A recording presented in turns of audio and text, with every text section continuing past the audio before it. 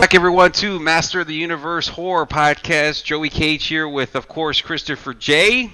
Bringing you, as you can see it already, Friday the 13th too. So me and Chris decided, fuck it, it's the weekend. Let's go ahead and do the Friday the 13th franchise. I was listening to the last podcast while I was editing it, and I know we had talked about what we were going to do next.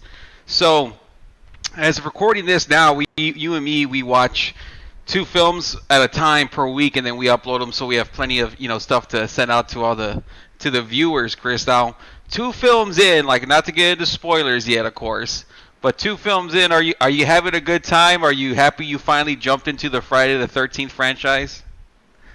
3 words. Oh, fuck, yes. I can't wait till these go out because we get to use the XIII theme.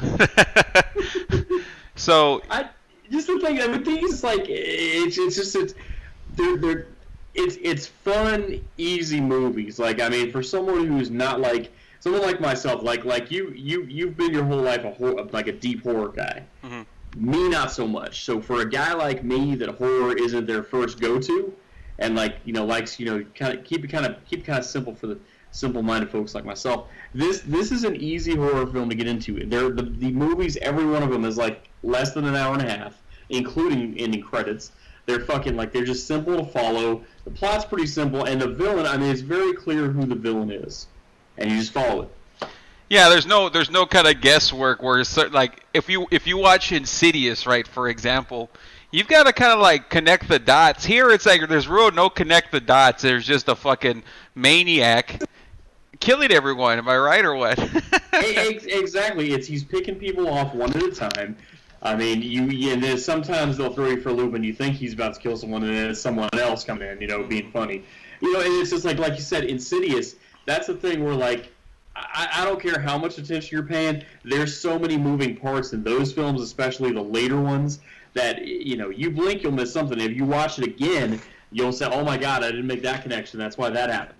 Yeah, I still enjoy those films, but like these are good Halloween, hangout movies. Like that's the vibe I was getting since we're 2 film. Well, we're actually 3 films in, but we're not counting the first one because we did that one about a year ago or so, or even longer.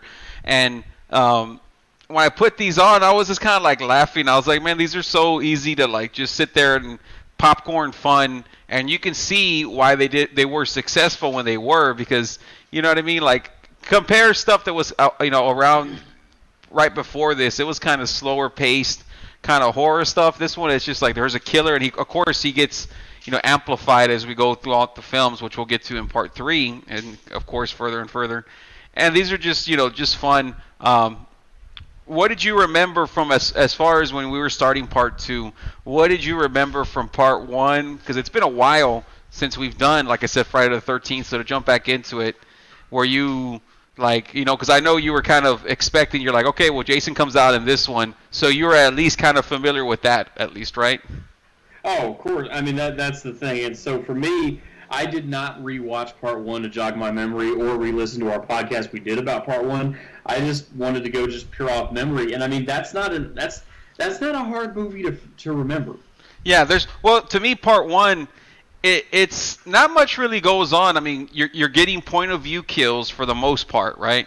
And then Pamela Voorhees comes out the last like 20 minutes or so and does phenomenal. So like that's like a movie you don't even have to watch again. In fact, we see a basic montage of the first one in the beginning of part 2. So there's no real point in watching part 1 when the best part is the end, and you hear who's killing everyone, and and like it's like a murder mystery, but we all know who it is now. And that's another thing I like about these. Like I've already started on the 4th one. Haven't gotten too deep into it, but I've already started on it. And that's what I like about all these sequels is they recap kind of what happened in the prior ones. And you don't have to absolutely know everything that's gone on in the prior film to know what's going on in this first or the newest one, right? It's just kind of like, well, it's good to tell you like a refresher on there's a fucking maniac. Like you could just jump into Friday the 13th.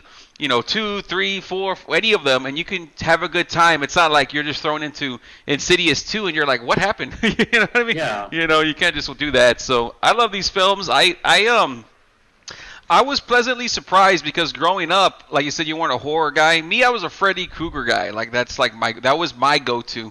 So I was all about Freddy. I must have watched Nightmare on Elm Street 4 and 5 like so many times, and it's with food and a kind of music, but your tastes change, and I've definitely become like a Jason guy now. Like we're not even like halfway through to the franchise.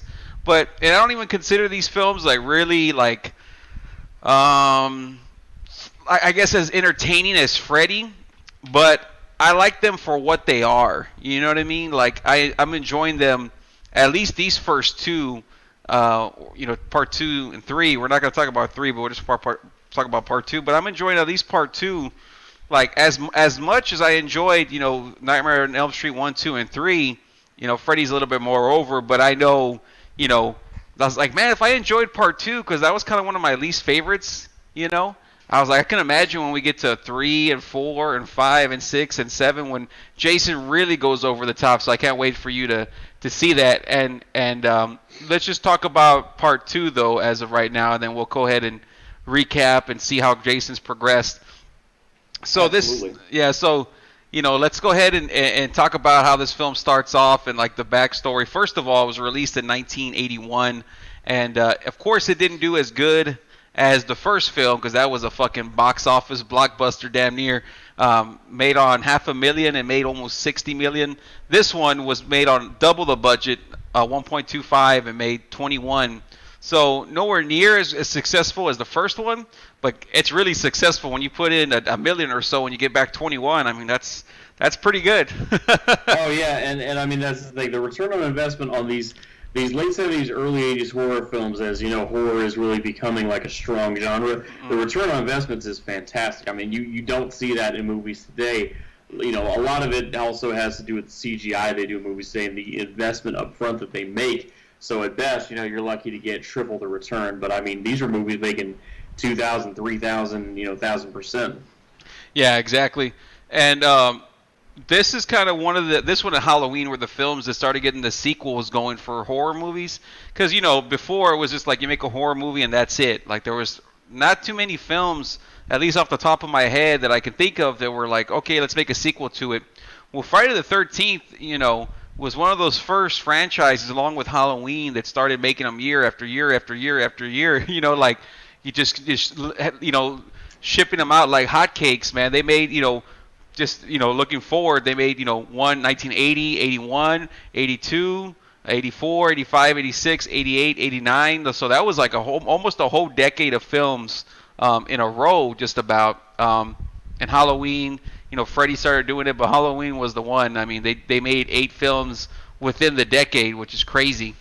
So. Oh, I mean, and that's the thing. Like, this is one of those, again, like Freddy, which did come later. So by the time Nightmare on Elm Street Part 1 comes out, they've already had their fourth. They've already released their fourth Friday the 13th. But yeah, and the thing too about this, they released Friday the 13th Part 1. August the 13th of 1980, which was a Friday the 13th.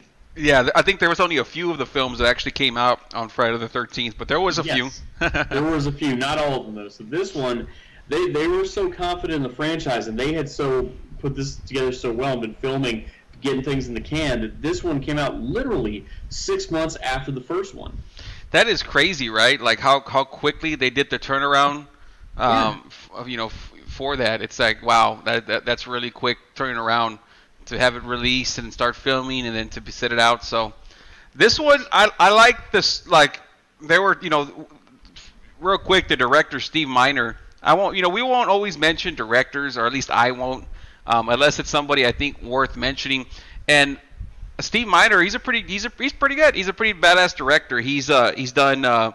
He did Friday the 13th, of course, Part 2, which you're talking about, but he also came back to do the sequel. So he's going to be doing back-to-back films. But he also did a film that I really like, House.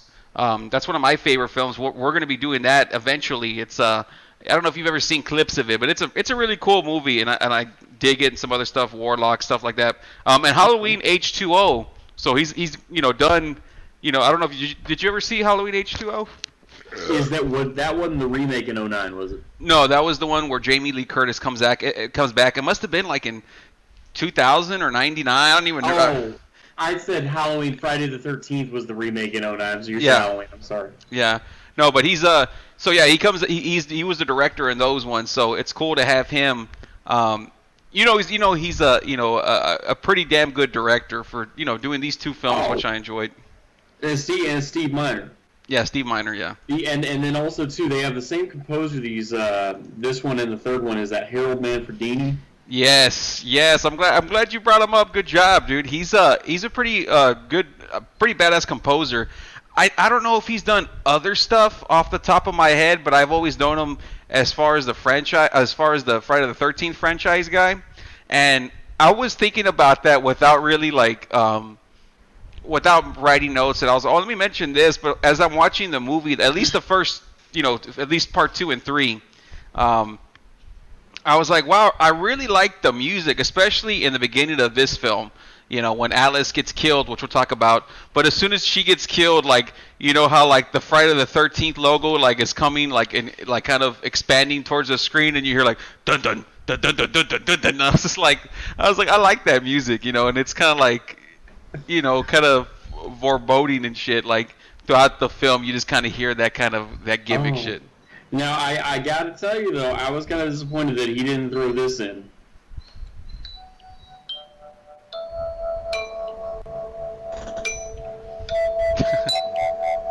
Because now that doorbell grandfather clock chime is absent from the second one at pretty much every part, but in the first one and the third one, which we'll talk about that third one later, you do hear it. Yeah, I do remember it from the first one, and you have to refresh my memory when we get to part 3 about it.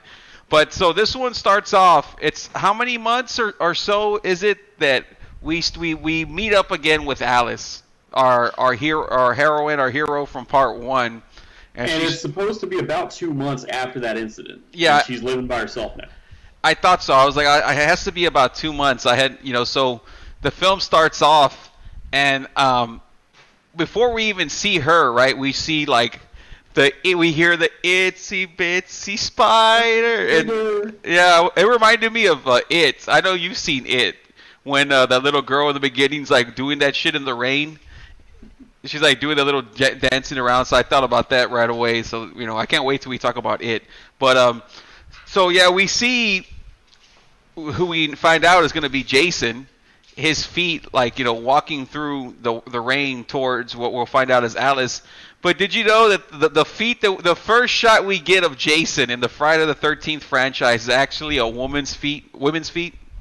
I didn't know that, and that's some pretty big-ass feet.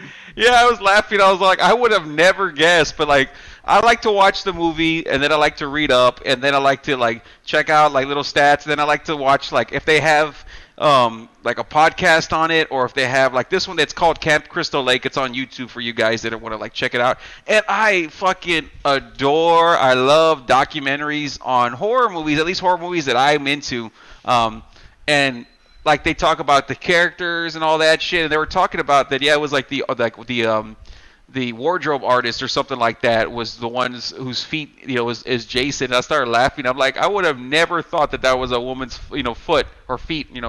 So no. Pretty good shit. So yeah, we see Alice, and it's very reminiscent.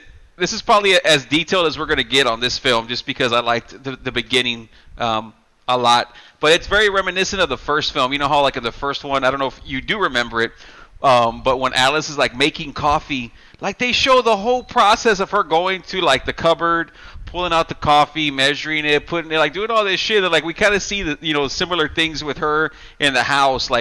We just see her doing this and then going to over here. And then I'm like, what the fuck's the point of all? Tell you what the point is for no other reason than just the mind fuckery of because exactly. You're just waiting. I like that. Exactly, dude. You're just waiting because we already know. Jason's outside. He's trying to come in. He's trying to go through the fucking window. You got the doors locked. It don't fucking matter.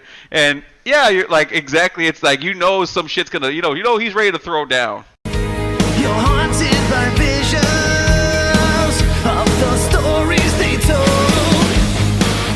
There's a master Salem, and he's out for you.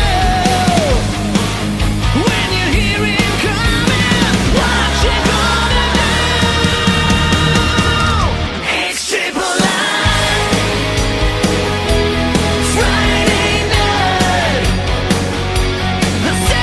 Alice is, talking to her mom, saying, and I was watching this too, like I said, documentary, and she was saying that she didn't know Adrienne King, the actor in the film, actress, what her role in the film was going to be. That they just told her, "Oh, show up" or whatever.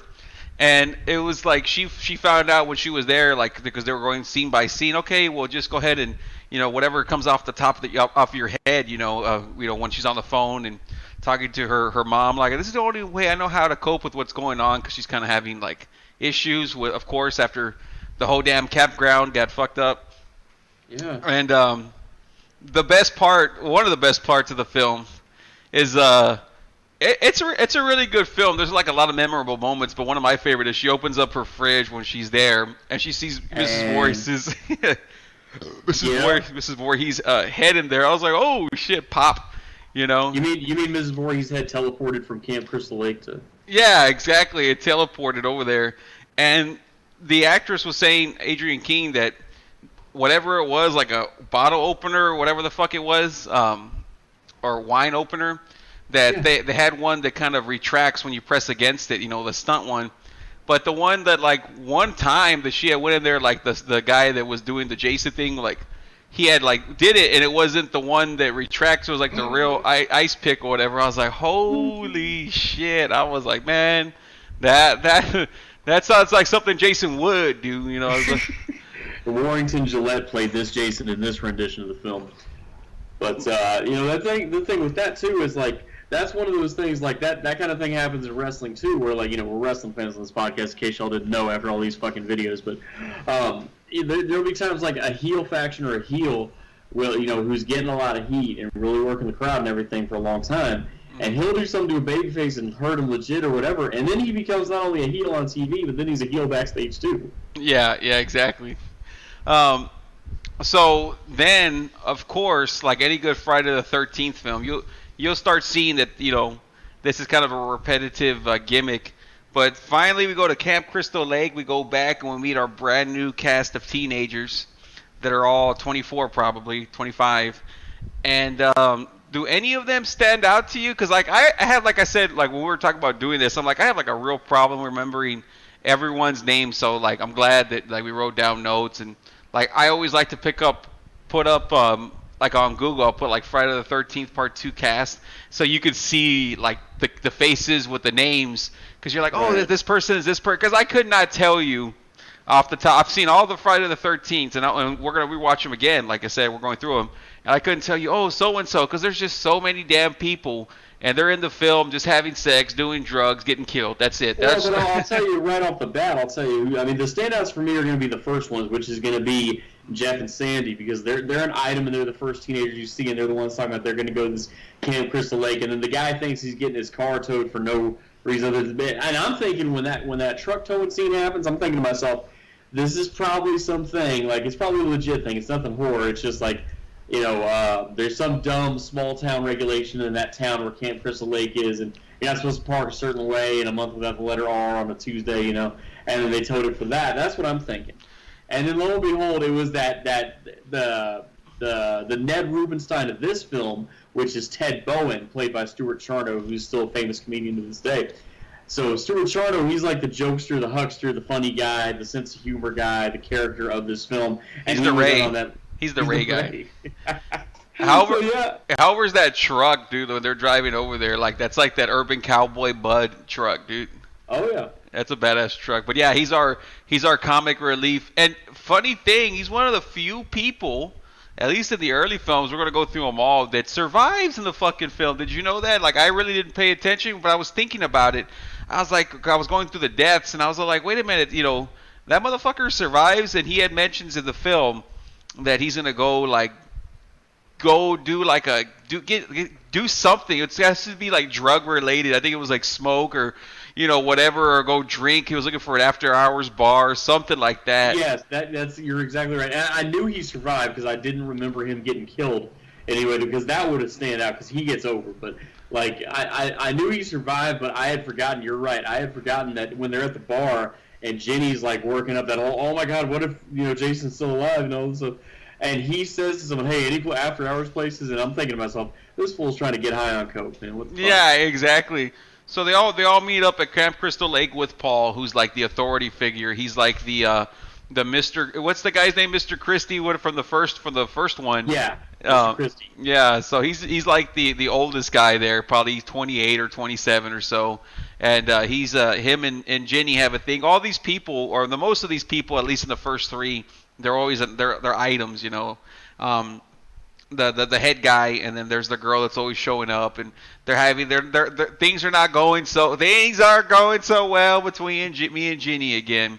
But yeah, we see the most of the cast there, and you know they kind of give us a wink and a nod, like Chris likes to say, about Ginny's piece of shit buggy that's having trouble there. So of course, you know, you can't have a good working car at a Friday the 13th now, can we, Christopher J? No, of course not. I mean, it would be too easy to escape the villain. So, what's it called? We meet Crazy Ralph again, and that motherfucker gets himself over like always. And I kind of enjoyed seeing him again.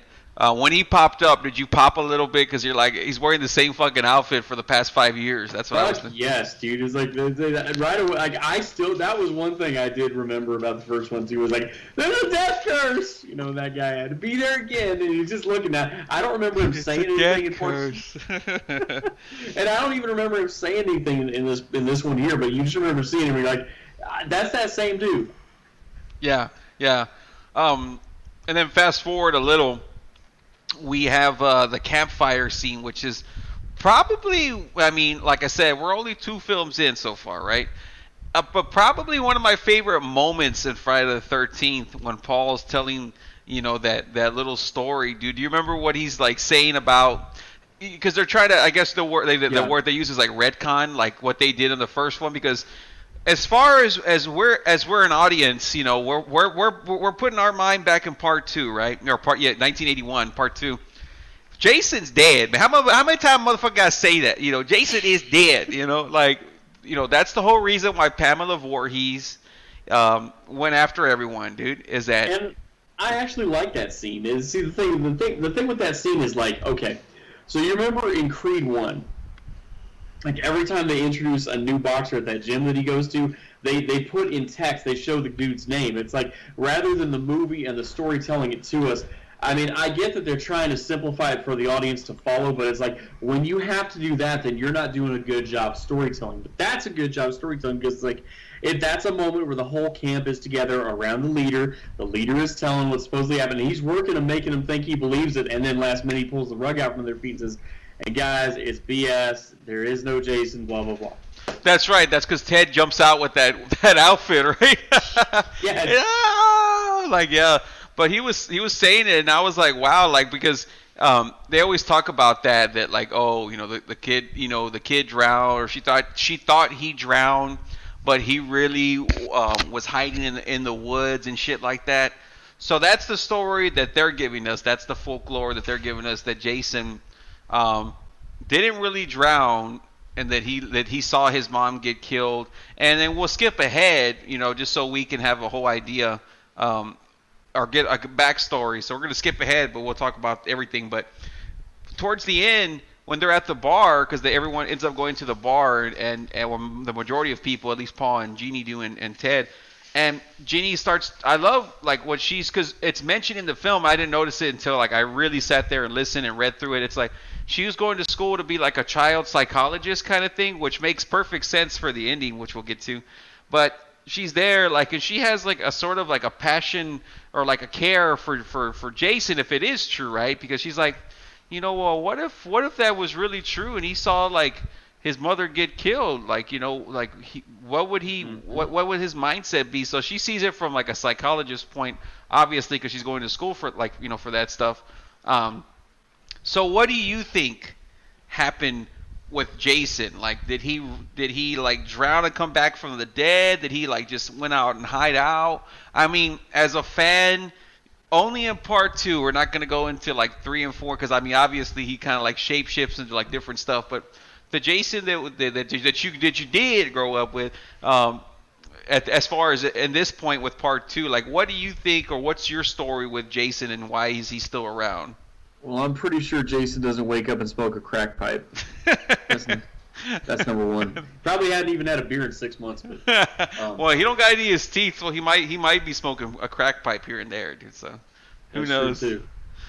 But the thing with that is like, okay, I'm still like agnostic on the nature of Jason's power, because I mean, to me, like, I'm leaning on there being some kind of supernaturality to it, like he's some kind of like demonically resurrected from the dead in some way. That's what I'm leaning toward. Yes. And I think that's the best educated guess anyone could make. But like, I'm waiting for like the 7th sequel where they finally do a lousy job explaining how that happens.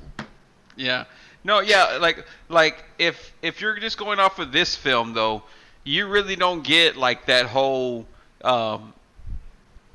like zombie like Jason. So we're just like, to me with this one, you can, as far as like, and I don't like that they switch it up. I mean, I love that they switch it up, but like you have this story, and part 1 and 2 are kind of like, you know, they go really well together because they're kind of set and grounded. You know what I mean? They're not over the top. I enjoy the over the topness more. They're more, to me, they're a little bit more fun films. But like this one, it tells a good sad story that, yeah, this guy, you know, for whatever reason, you know, just lived in the woods. Maybe his mom was crazy and made him live in the woods. Who knows, you know? And she got killed, and now he's like, just like, he doesn't know how to cope with anything other than like to kill everyone that's just there. But of course, when you see the later films, which I have, like you definitely have to like say like, nah, Jason's just a fucking, he's a zombie like, you know, creature, you know, came back from the dead and is just fucking a maniac. And I like that story way better. I mean, the thing too, what I like about this one is like, I mean, even from the first death of that cop who stumbles on his fucking, you know, little mini, you know, tiny house. Like, they have these tiny houses nowadays people move into out in the woods. They better be careful because Jason will get them. But, like, he stumbles upon that thing, that little shack, whatever it is, and sees the fucking bizarre-ass, like, altar to his mom with the head in the fucking thing and all that shit. And it's like, and he gets hit in the back of the head with the hammer. But, like, that to me is, like, the first time after part 2 where you see Jason, like, more than just, like, his feet walking through the woods. Yeah, exactly. Well, a little bit before that, we see Crazy Ralph snooping in on Ginny and Paul getting over it, or she's changing or something, and he gets the barbed wire chokehold to the tree. And I was like, what? Crazy Ralph's dead? You know, kind of disappointed. But then, yeah, Deputy Winslow, with that whole little section, it's pretty funny. Like, at least I was thinking, is because we see the two characters, the one what's her name, Sandra, and your favorite or your other favorite character, Jeff, right? That's his name. That's his name. And they were out there, you know, like, you know, she's like, oh, let's go check out Camp Crystal Lake, because they're not on Camp Crystal Lake. They're on like a lake or a camp that's like right next to it, you know. Right. And so they go walking, and then they see like what they think it's a dog. Do you remember the dog's name? I don't. I know they talk about it. Like, I've heard it like 15 times, but I just can't fucking. It's like Precious or something, whatever. And anyway. I don't remember the dog, but I remember like being like when you see that fucking dog dead there and shit. It's like, ugh. Well, we find out like it's not dead. You know what I mean? Like, because it shows up, it shows up at the end. Well, let's be clear. Let me be clear. Don't get it twisted. The Shih Tzu inside the house, which I love, because we always had Shih Tzus. But like, then there was like another dog that came across in the woods. I thought it was. Okay. Yeah, Muffin. That's her name, Muffin. Muffin. So yeah, like we think it's Muffin because they're like, what is that? It's all like, it looks like a dog, but it's too mangled to tell, or some bullshit like that. And I'm like, oh, it's fucked up, you know. And so the deputy busts them. He's like, what are y'all kids doing? And like, that's like the first jump scare in the film, which part 3 takes over the top, which we'll get to as well. And what's it called?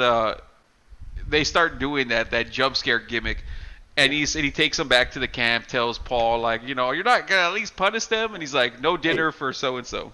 No seconds on dessert at dinner tonight. Yeah, no seconds on dessert at dinner tonight. I started laughing. I'm like, yeah, I mean, like, this cop's all trying to be a hard ass. And as soon as he like leaves, you know, we see him, the deputy I'm talking about. We see him like kind of scoping out the area again around Camp Crystal Lake, and then he sees Jason run across the road in that over-ass outfit, so we could see him like in full with his sack, his potato sack. And I don't know, Mark called it the potato sack. It's the burlap sap or whatever sack. And it's actually like I had saw a box cover growing up. It was called The Town That Dreaded Sundown. Now, you folks at home, if y'all want to Google that, the Town That Dreaded Sundown, you could see it's like and it came out like in '76 or something like that. It's like Jason. That's like I was like thinking to myself like this came out like 4 or 5 years after that, right? Right. And I'm like, I mean, I was just thinking to myself like, and I don't know the exact tale on that one, but I remember like because I saw that, you know, you want to read about it and stuff, and like that's based on like a true story sort of, that one. So I can't wait. We'll eventually get to that one and we'll see how that one holds up. The Town That Dreaded Sundown, which is a cool ass fucking name too, I think. But yeah, I was just like, wow, they just kind of like ripped that off. It's like someone showing up with like Who's Burnt that's got a Freddy glove, and they're like, oh, it's not Freddy Krueger, it's Edward Luger, you know, like, okay, you know, Eddie Luger, you know, some bullshit. But yeah, the cop goes and sees like Jason's little shack there.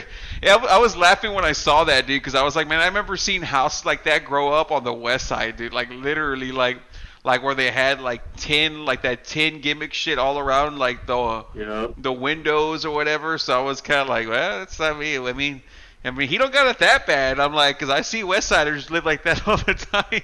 Oh yeah. But yeah, he's our third death in the film, Deputy Winslow, and there's actually 8 deaths in the film, and he gets the back of the hammer claw to the back of the head, and I always like. When I saw that, I was just like, ouch. You know what I mean? Like, son of a bitch. Oh, that just thinking about that's just like. Yeah, and like, that kind of like tells us, like, I guess as the audience, that like, there's not going to be any help, you know, for the people now, because the cop that was, you know, doing like keeping the perimeter for it, like now he's gone, you know. And so I kind of like that, to kind of get rid of the authority figure. Not right away, but within, you know, halfway through the film, and that people can lean on for a secure feeling, you know. Exactly. And then we're going to go and get to our next group of characters. Well, not a group of characters, but everyone's having a good time.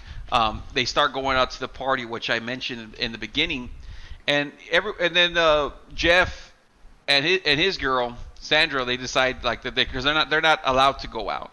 And then what's his name? Mark. Hey, Mark, the guy in the wheelchair. We'll call him wheelchair Mark. Decides to stay there also. And then his little girl, Vicky, the one that's like flirting with him the whole time, decides to stay. And also Scott, and who's always throwing shit at fine ass Terry. Now, when I saw Terry in the beginning of this film, oh my god, dude! Talk about a fucking squirt fest, dude. Oh yeah. That chick is like not just like the most beautiful girl in the Friday the 13th friend. There's quite a few, you know, hot chicks. It's funny, like seeing these chicks growing up, I didn't find them like any of them attractive. Now, as a man, baby. Like I see someone like Vicky, I'm like, man, Vicky's like really hot. You know, she's pretty. Oh yeah. Yeah. I see her, and then we'll get to part 3 and talk about them. But even someone like as a kid, when I saw Sandra, I'm like, man, Sandra's like weird looking. But now I see her as I'm an older guy. You know, not older guy, but I'm 33. I'm like, man, Sandra's pretty cute. You know what I mean? Like you see them now as like being, you know, women and being pretty.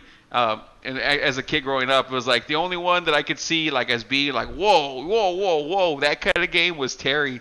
I was like, not only does she have like a beautiful face and eyes, but like her whole body, and then of course she's got to get her ass over because she wears the shortest shorts in the film. And that's the thing, like though you get older, your taste in women mature, like you appreciate more things. Yeah.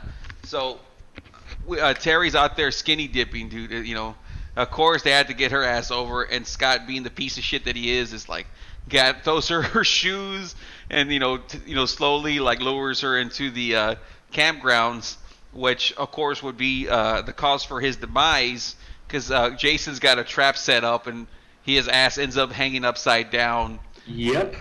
And that's when Terry goes and it's like, okay, I'm gonna cut you down, and then like back to back they end up dying, but not not before Scott gets a damn machete to the face. So him and Vicky, they start playing. I forgot which game they're playing. Was it like Monopoly or they were like arm wrestling? And like the thing about Friday the 13th is that all of a sudden you'll get like you won't have any kills for like 10 minutes, and then you'll get like 3 or 4 kills like back to back within like 5. Have you noticed that? I have noticed because like you think it's going to be an equal pacing, like every 8 to 10 minutes one person dies, and no, it doesn't always happen like that. I mean, sometimes you'll have like 3 people within 5 minutes get killed. Yeah, exactly. They like all of a sudden, just like I remember watching. Like I said, we'll get to part 3 when that happens. But with this one, were you laughing at like the flirting when Vicky was giving wheelchair Mark like all the hints and shit? Oh yeah, and that's the thing. Like it's like because Mark is a good-looking guy. Like if he's not in the wheelchair, and then he says something like, I intend to one day walk again and stuff. And I mean, this is 81. They don't have stem cells back then. Yeah. But then, like, and all that shit. So he's going to do that just through sheer will and stuff. And, like, she's into him because he's a good-looking guy in the face. And he's got, badass arms. Like, he keeps beating Jeff at arm wrestling, of course, because he's using his arms to get around. So, yeah, but she's digging him, though. She is digging him, and he's got the right personality and stuff. And he goes out for that rendezvous, and it's so fucking tragic. Because, right, like you said, gets slashed in the face. And then they have to show him, like, wheelchairing down, like, all those fucking stairs. That was, like, the most brutal scene. Like, right before that happens, Scott gets his throat slashed with, like, the back of the machete instead of the sharp side. He's cut with the other side while Terry's going to go cut him down. And then, yeah, like, him and Vicky, they're doing their flirting. And, like, she's going and changing from, like, her black panties or whatever to her brown panties. I started laughing. I'm like, okay. Don't know. Yeah. Okay, I'm glad you said that. You reminded me of that because I see her and she takes the trouble to change paint. And first of all, you're going from like black to brown, which I probably would get a little more turned on from black and brown because but then like there's nothing different design about the pant. They're the same design of panties pretty much. Like, what does she think she's achieving by going from black to brown? I think her bra's brown. I don't know, but yeah, I started laughing when I saw that. I'm like, okay, we're gonna go with brown, but okay. But yeah, they kind of like flash back and forth to the bar scene, like I talked about earlier, where Ginny and Ted and Paul are talking about Jason. Scott gets killed. He's our fourth kill, and Mark's looking for his girl Vicky, and then yeah, only to find a masked man with a butcher knife slashes her leg. Yeah. She's looking. Yeah, I couldn't. I totally like we had talked about the what's his name, Mark's kill, and that whole of course him getting the fucking machete to the face was bad enough, right? You're like, oh no, not Mark, and that guy was a gay guy, the actor Mark. I was gonna say. Yeah, he's a gay guy, and I was laughing because like the girl, the real actress, Vicky. Was like she was like, oh, flirting with him. She talks about it on the documentary, like, oh, I was like, really, I didn't flirt with anybody, but I flirted with him, and he's all like, he kind of like, does the little throat thing, like cut it out, like, nah, that's not gonna happen, because he's gay and shit. And I was like, son of a bitch, man, fucking that dude could have, got himself over with Vicky, but he likes the penis and buttholes. I mean, I like our buttholes too, but just women ones. So yeah, I was just kind of like, oh, that's disappointing. Oh, okay, well. Yeah, I did that one. Jeff and Sandra, and everything starts speeding up, like I said. So that's why I'm just throwing them out there to y'all folks. Because, I mean, the first 30, 40 minutes, we're kind of doing the build-up of death every 8 to 10 minutes. And then we have Sandra and Jeff getting their ass over in the bed, and they have that. Okay. No, you're good. You're good. Yeah, I'm saying, like, I just wrote down because this is what happened is like they have their sheer moment of sheer euphoria, and I mean only to get the fucking spear when he's face down. Only to get the fucking spear. Yeah, dude. Like, yeah, and like you could see Sandra's kind of like terror in her eyes, because Jeff doesn't see what's going on, and they get speared together in bed. So it goes through his back, out his chest, through her chest, out her back on the bed. And I was like, damn, that's it's pretty fucked. That's pretty fucked up. They're just getting a squirt. They're squirt on. just to get bullshitted out. And then our last death of the film that we know of is Vicky's going back to go get her squirt on with Mark, and she's looking around everywhere, and she runs along into Jason, and she had a pretty good scream.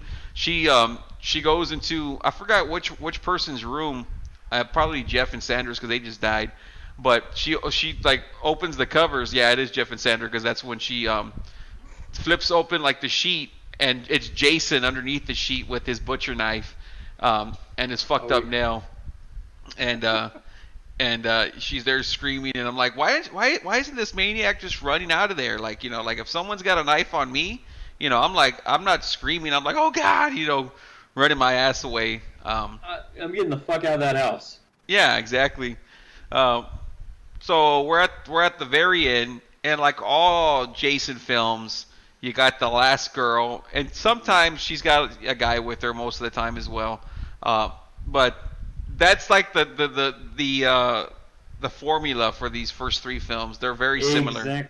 Exactly. And so now that leads all these teen deaths of everyone who stayed home for whatever their motivation was. In Jeff and Sandra's case, because they were on punishment. In Mark and Vicky's case, they were feeling each other, want to stay home and bang, whatever. But now here's Paul and Ginny who went out with Ted. I just realized Ted and Ned rhyme. I just realized that. Stupid me. But anyway, so Paul and Ginny, they're coming home. Ted's, going to go do his hooker and coke parties or whatever. But shit, he hadn't had a beer in 6 months.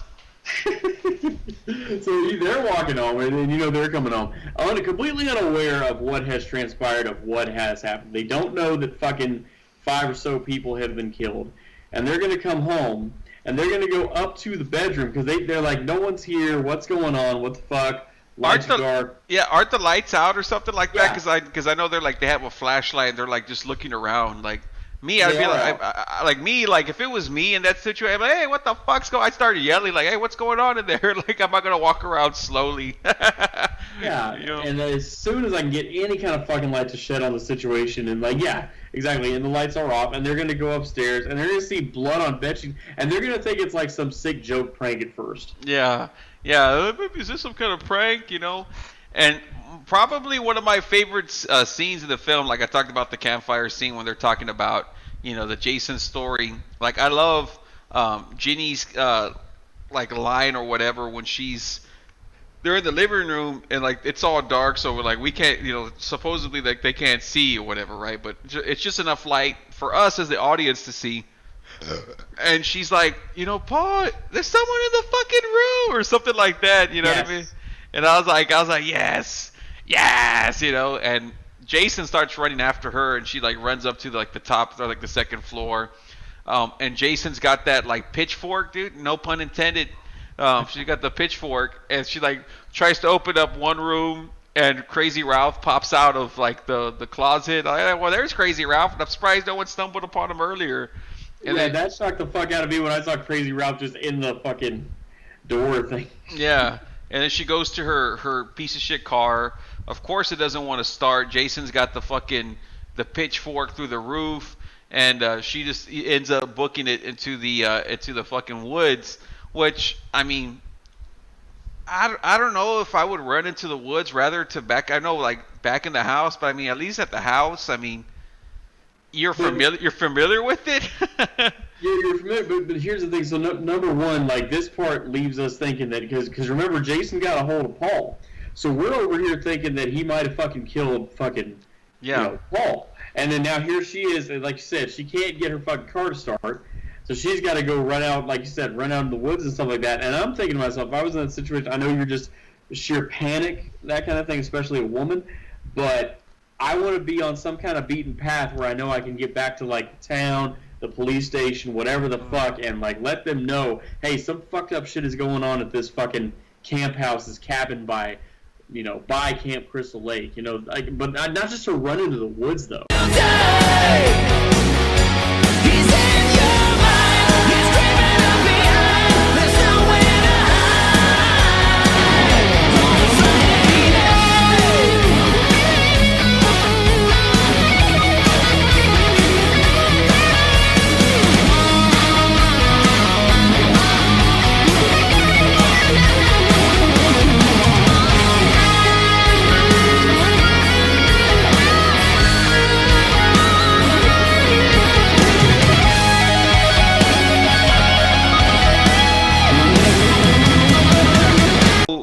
Ginny ends up going to like the barracks where I guess like the camp kids or whatever would be staying at. I guess I don't know why there's no kids there. I mean, but I guess they're getting it ready still.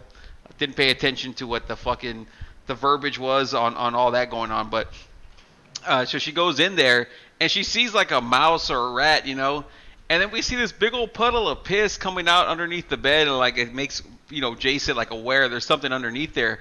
Now, when you saw that, were you taking it like as the rat peed, or was it her that peed? Because for me, I'm like, it has to be the rat, because that's a lot of piss for it to be a person. I mean, for it to be, well, I mean, I reverse what I say. That's a lot of piss. That's way too much piss to be for a rat. But I'm like, I don't think she would just start pissing herself unless she was that scared. So, definitely confused. I thought it was her just like only because like it was leading Jason on. That's the reason I kind of went with that. But like, because there's no reason like to just have a rat be pissing it just for no reason. Yeah, exactly. So yeah, you might be right. So towards the very end, probably like one of the best ways to put Jason out of business in all the franchise, which kind of makes sense rather than just bludgeoning him to death, is that Ginny runs into his badass over-ass shack, right? And then she finds the altar, and she knows the story of Jason, so it's not like she's running in there and she doesn't know what the fuck it is. Like, she understands the backstory of Jason's mom, and then also, like I had mentioned, she's going to school to be a child psychologist.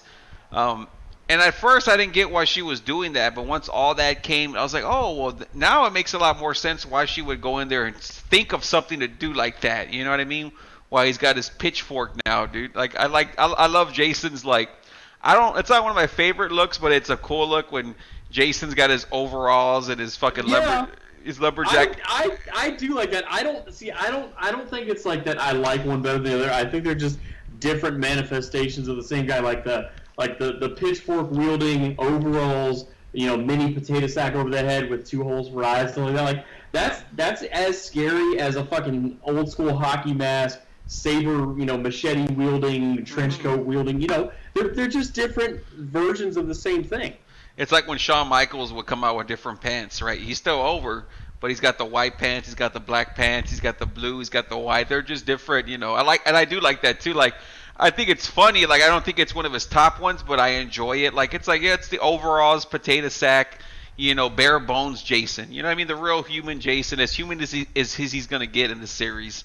But she starts talking to Jason like, you've done well, and mommy's proud of you and all that. And we see Terry on the ground in his sack. So you know what he was thinking about using her for later. Oh yeah.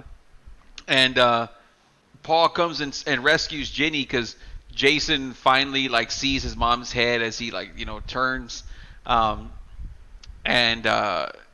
sees that and knows that he's not really being talked to by his mom. So she's trying to do that Jedi mind trick, that Freudian mind control type of shit, That Mark gimmick, right? That Mark gimmick, yeah. And she's trying to like channel and make him think she's really his mom, and appeal to the Freudian, the id, and the superego, and all that bullshit.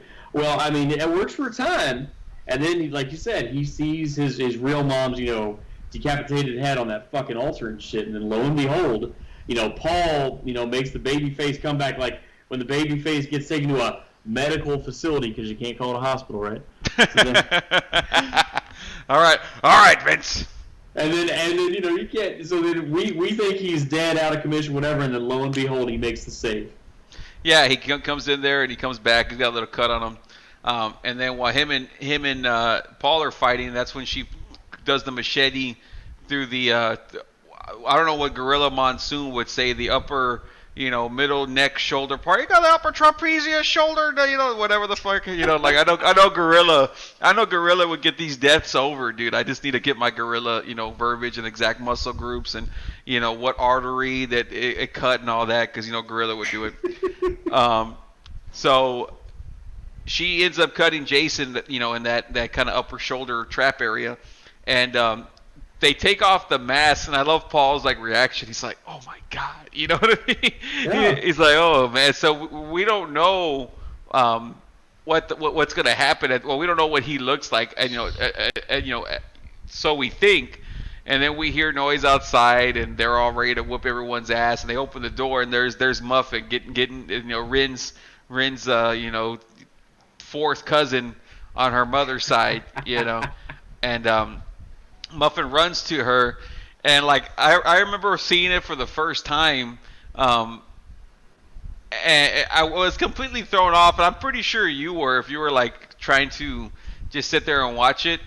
And then you got fucking unmasked Jason with the spots of hair and Ray Clay hairline, jump out the window with the fucking machete through his upper shoulder area, and grabs Ginny, and she's like freaking out. Fast forward, the cops are there, and everything's fine. She's in the stretcher. She's like, "Where's Paul?" Right. Paul. That's the head fuck I was saying earlier on. Is like these movies always end like you think the damsel in distress is going to get saved or whatever, or save herself or get saved by somebody else, and it looks like it's going to happen. And he makes that last minute, Kane sit up, Undertaker 92 sit up, and then grabs her, controls her, whatever. And you're like, okay, so he's taking her, he's controlling her. He's either going to fucking kill her or rape her or whatever the fuck. And you're thinking that. And then they always end up waking up in the possession of, like, EMTs, the paramedics, a hospital, whatever.